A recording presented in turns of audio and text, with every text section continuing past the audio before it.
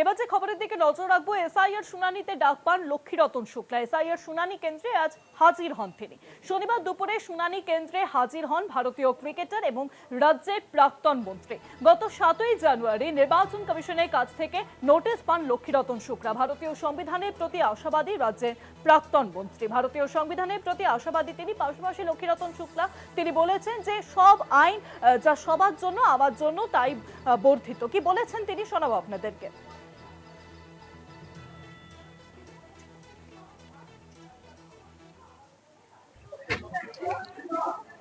সবাইকে ডেকেছে, আর নিয়ম যেটা হচ্ছে সবার জন্য এক। আমিও একটা নিয়মের মধ্যেই পড়ি, আপনারা সবাই এক নিয়মের মধ্যে পড়েন, আর আমরা সবাই সাধারণ। আর আমি আশা করি কি এই যে শুনানি হচ্ছে যেন পুরো পজিটিভ হোক, আর কারো জেনুইন কোনো জিনিস না বাদ যায়, এটাই আশা করি। আর যেভাবে দেখলাম সিস্টেমটা, যেভাবে দেখলাম সবাই বিএলও থেকে নিয়ে সবাই খুব ভালোভাবে কাজ করছেন। আর আমাকে ডাকা হয়েছিল, আমি নিজের কাজ করে চলে গেছি, এবার ওনারা ওনার কাজ করবে।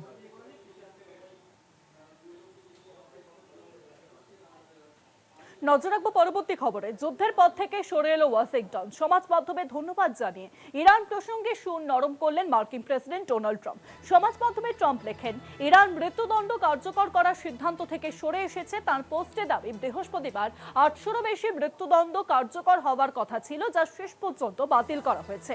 সেই সিদ্ধান্তকে সম্মান জানিয়ে তেহরানকে ধন্যবাদ জানান মার্কিন প্রেসিডেন্ট। সৌদি আরব, মিশর, কাতার এবং ওমান এই দেশগুলির মধ্যস্থতাতে ওয়াশিংটন ও তেহরানের মধ্যে কূটনৈতিক বার্তালাপ শুরু হয়। 800-রও বেশি মৃত্যুদণ্ড বাতিল, এমনটাই দাবি করেছেন মার্কিন প্রেসিডেন্ট ডোনাল্ড ট্রাম্প। মধ্যপ্রাচ্যের একাধিক দেশের মধ্যস্থতা।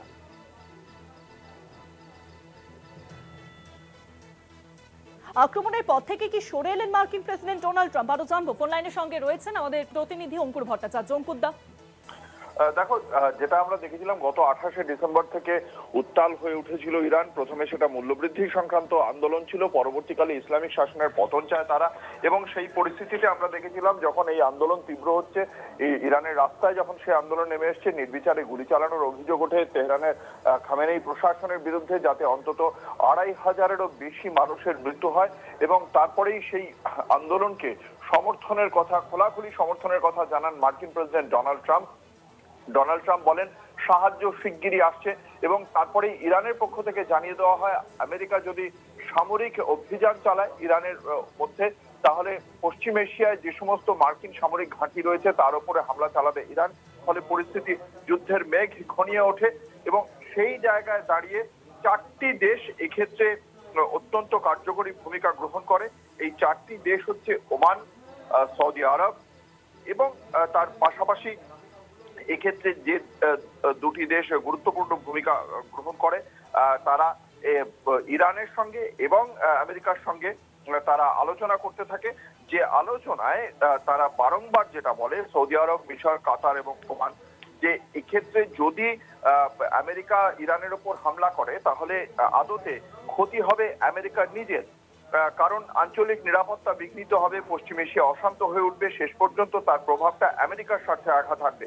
অন্যদিকে ইরানকে বলা হয় যদিও মার্কিন ঘাঁটিতে হামলা চালানো হয় তাহলে আশেপাশের দেশগুলোর সঙ্গে তেহরানের সম্পর্ক আরো জটিল হয়ে উঠবে। তারপরেই দেখলাম যে দুপক্ষের এই আলোচনার পর খানিকটা হলেও বরফ গলেছে। হঠাৎ করেই ট্রুথ সোশ্যালে ইরানকে ধন্যবাদ জানিয়ে ট্রাম্প লিখলেন যে যেহেতু ওই 800 বিক্ষোভকারীকে মৃত্যুদণ্ড দেওয়ার সিদ্ধান্ত থেকে প্রত্যাহার করেছে তেহরান, সেই জন্যই খামেনেই প্রশাসনকে ধন্যবাদ জানিয়েছেন মার্কিন প্রেসিডেন্ট ডোনাল্ড ট্রাম্প। ফলে আপাতত এইখানে যে যুদ্ধের মেঘ ঘনিয়ে উঠেছিল সেই যুদ্ধের সম্ভাবনা এই মুহূর্তে থাকছে না। আপাতত যুদ্ধ থেকে সরে আসছে আমেরিকা, এমনটাই মনে করা হচ্ছে। তবে মার্কিন প্রেসিডেন্টের এই সুর নরম কতদিন স্থায়ী হবে তা নিয়ে সংশয় থাকছেই। শুভাঙ্গী, অনেক ধন্যবাদ অঙ্কুরদা। ফোন লাইনের সঙ্গে ছিলেন প্রতিনিধি অঙ্কুর ভট্টাচার্য। মৃত্যুদণ্ডের সিদ্ধান্ত প্রত্যাহারে ধন্যবাদ মার্কিন প্রেসিডেন্ট ডোনাল্ড ট্রাম্পের। তেহরানকে ধন্যবাদ জানালেন ট্রাম্প।